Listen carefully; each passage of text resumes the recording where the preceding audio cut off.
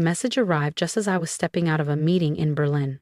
I'd been finalizing a multi-million-euro partnership with a fintech firm that would position us as a leader in European markets. My phone buzzed, and there it was. Subject: the house is sold. I froze in the marble lobby of the Friedrichstrasse building, heart sinking. My name is Elina Brooks. I'm 35, and for the past 11 years, I've built a discreet but powerful corporate restructuring firm based in Zurich. I've advised governments, rescued collapsing brands, and helped clients recover billions. But none of that mattered right then. The house they sold, it was supposed to be mine. We got a strong offer, much better than that small down payment you put in, my mother's email read. So we accepted. It's all signed. Done. I stood motionless, rereading the message. 5 years of mortgage payments, renovations, insurance, I'd covered it all. But the deed?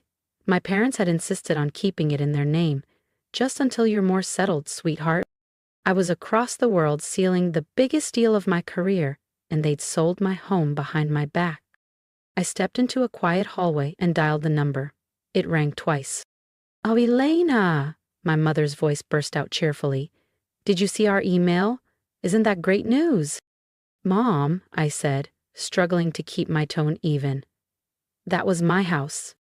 "Oh, don't be so dramatic," she sighed. "Your father and I needed the liquidity. Barton Co hasn't been doing so well, and you're always flying all over Europe with that little advisory gig of yours." Little advisory gig. If only she understood the weight of the paperwork still sitting in my briefcase. If only she'd seen the way the German ministers shook my hand, asking for my help restructuring their public pension funds. "Where exactly am I supposed to stay when I return?" I asked, knowing the answer already. "Oh, you can stay here. Your old room is exactly the way you left it. It'll be just like when you were 17 again." As if that were a good thing. Back then, all I got were constant comparisons to my brother Marcus, their golden boy, now COO of the very company they just admitted was sinking. Back then, I was told to be realistic, to marry well and to let Marcus handle the family business. I had built everything without them, and they'd taken from me anyway. "I have to go," I said, cutting the call short. I returned to the conference room, where the deal awaited my signature. I looked at the folder. In 2 weeks, Barton Co would face a full-scale audit from a mysterious new consultancy brought in by their newest board member, the one who had just acquired their largest competitor.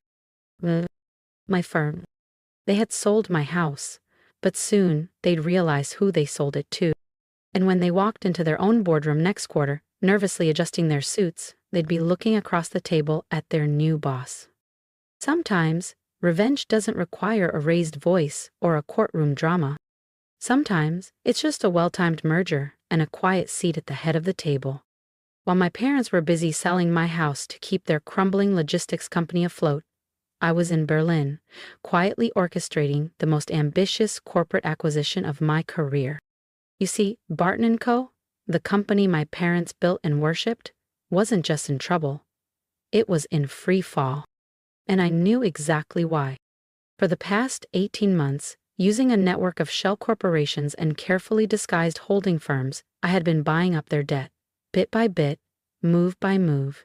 Every overdue supplier invoice, every missed interest payment, they all quietly found their way to me.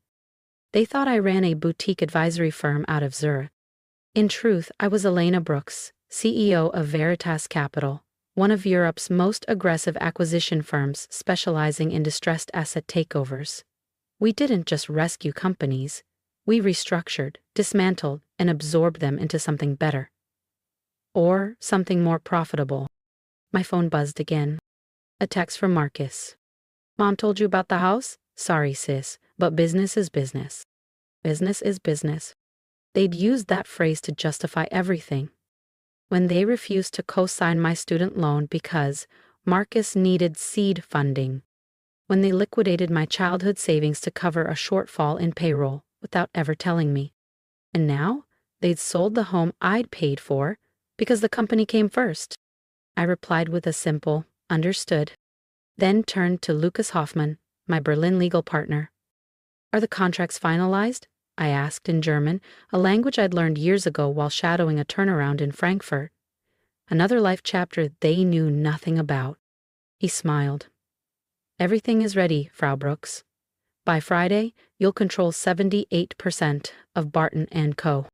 I signed the final documents with the kind of calm certainty my family always mistook for passivity. It wasn't just a deal, it was a reckoning. In a few weeks, I would legally own controlling interest in Barton Co., the very company they had sacrificed everything for, including me. Including my home. I turned to my assistant. Book me a flight to London, I said. It's time I paid my parents a visit. The following weeks blurred into executive briefings, internal audits, and asset valuations. I moved into a penthouse overlooking the Thames, ignoring every call from my mother, every desperate email from Marcus. Let them think I was licking my wounds over a house. Let them believe I was still the forgotten daughter, off in Europe with her little firm. They had no idea what was about to hit them. The morning it all came together, I stood before the mirror in my suite. My tailored navy blazer was sharp, my hair pinned with quiet precision. The woman looking back wasn't the disappointment they'd dismissed. She was the storm they never saw coming. Briefcase in hand, filled with the final documents to cement my control, I headed to Barton Co.'s London headquarters. The very building where my father once told me, "You'll never understand real business, Elina." As I walked through the revolving doors, a security guard gave me a polite nod. "Welcome back, Miss Brooks. Funny how things change." If you've been quietly rooting for Elina this whole time, make sure you subscribe because the next chapter isn't just revenge, it's revelation. He was already on Veritas Capital's payroll, just like several key executives in the company they still believed was theirs. The elevator ride to the top floor of Barton Co.'s London headquarters stretched like an eternity. Floor by floor, I replayed everything in my mind. The years they brushed me aside, the eye rolls when I mentioned business ideas, the lectures, the lies, the betrayal of selling my home. It had all led to this moment. When the doors opened, I stepped into the familiar hallway lined with portraits of the company's founders. I heard my mother's laugh echo from the boardroom, light, forced, anxious. They were already gathered, my parents and my brother Marcus, likely discussing the sudden, anonymous takeover. I adjusted the cuffs of my blazer and walked forward. It was time for the real Elina Brooks to be properly introduced. Just outside the boardroom, I paused. My father's voice rang out, firm and frustrated. "This has to be a mistake. An unknown firm can't just sweep in and buy Barton Co. We built this company from the ground up." "I've checked it 3 times, Marcus responded. "Veritas Capital owns 78% of our stock. They've absorbed most of our debt, too. We're legally obligated to meet their CEO today." My mother chimed in, "Well, I'm sure it's just paperwork. We've handled worse. We always land on our feet." That's when I opened the boardroom door. Every head turned. My father's face twisted with irritation.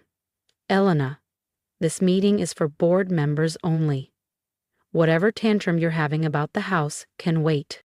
I stepped forward, calm and deliberate. "Actually, I'm right on time." I set my leather briefcase on the table with a quiet click. "The CEO of Veritas Capital is scheduled to meet with you at 10 o'clock. Marcus frowned, checking his watch. "Yes, but she's not." "She is." I opened the briefcase and slid out the documentation. "I'm here. I'm the CEO of Veritas Capital." Silence. My mother's glass slipped from her fingers, crashing to the floor. My father's face turned chalk white. Marcus looked like he'd seen a ghost. "That's not possible," he said. "You run a boutique consultancy. You can't be this," my father interrupted. "Can't be what exactly?" I asked, tilting my head. "Competent? Ambitious? Too much of a disappointment to outgrow your entire legacy?" I laid the papers out on the table. "You'll find everything in order. Veritas Capital holds majority ownership of Barton Co., including the controlling board seats. As of this morning, I am your superior." My father reached for the documents, his hands trembling. This is some kind of joke.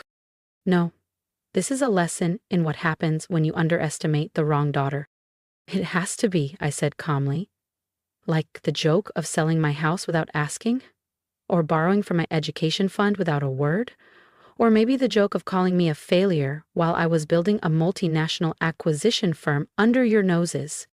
My father opened his mouth, but my mother beat him to it. We needed that money for the company.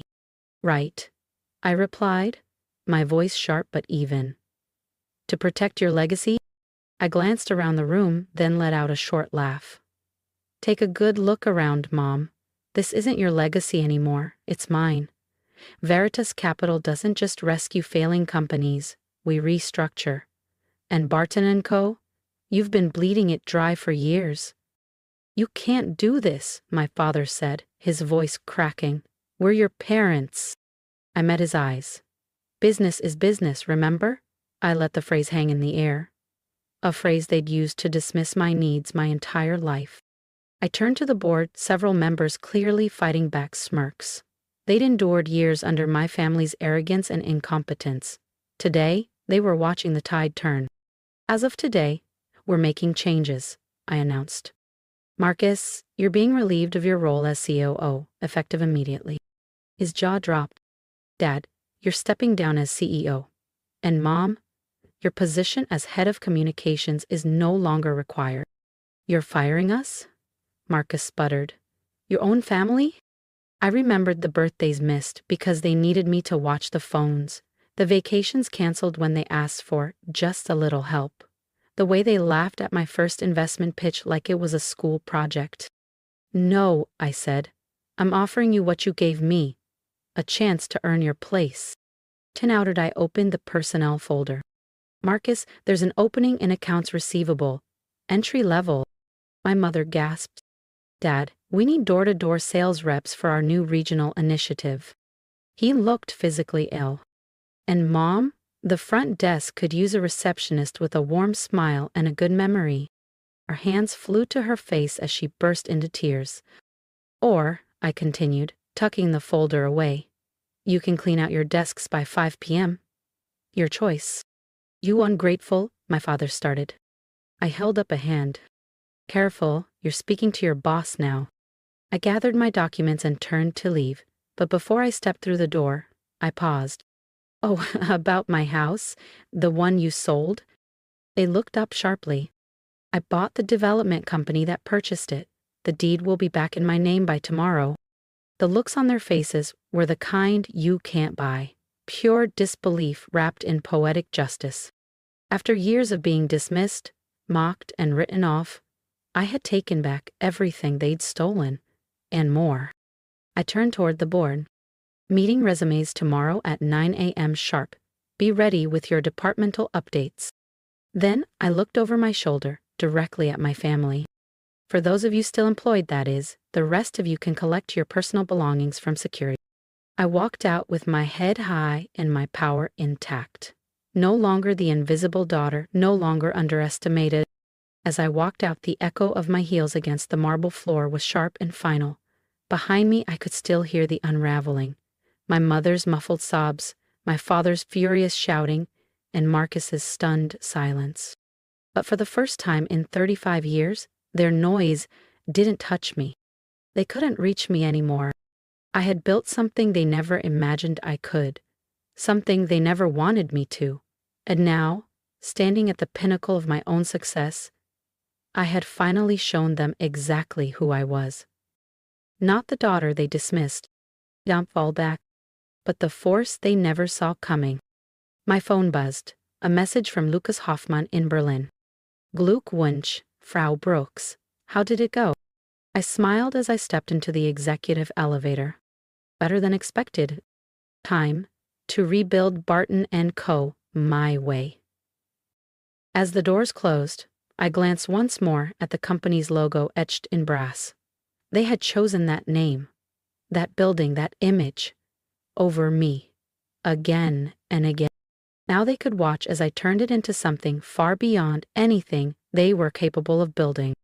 Because sometimes the best revenge isn't just proving them wrong, it's showing them exactly what they failed to see all along. I stepped out into the London breeze, the building now mine, a symbol of everything they tried to keep from me. The next morning, I settled into the leather chair in what used to be my father's office. The sunlight cut across the desk, illuminating my reflection in the glass behind it. My office now. I picked up the morning paper and laughed softly.